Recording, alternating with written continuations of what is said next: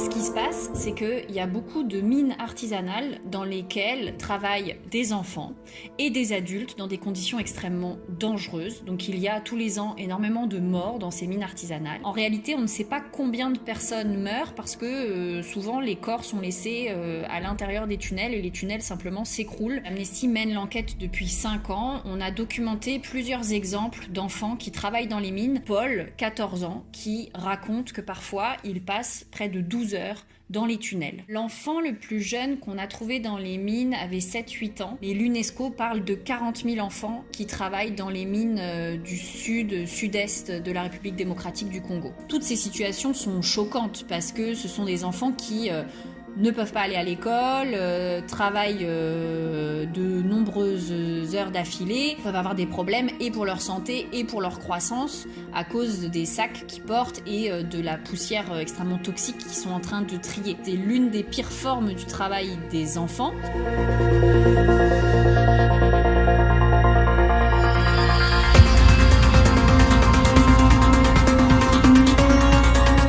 Après, c'est beaucoup d'engagement, donc il y a beaucoup de promesses. Les autorités congolaises n'ont pas beaucoup de moyens pour déléguer et envoyer des inspecteurs du travail dans les mines artisanales. Un chercheur d'Amnesty s'est rendu récemment sur le terrain. Il a participé à un grand forum avec les autorités congolaises, les entreprises, etc. Il est allé sur les mines à côté de ce forum et il a encore vu une quarantaine d'enfants qui portaient des sacs de cobalt.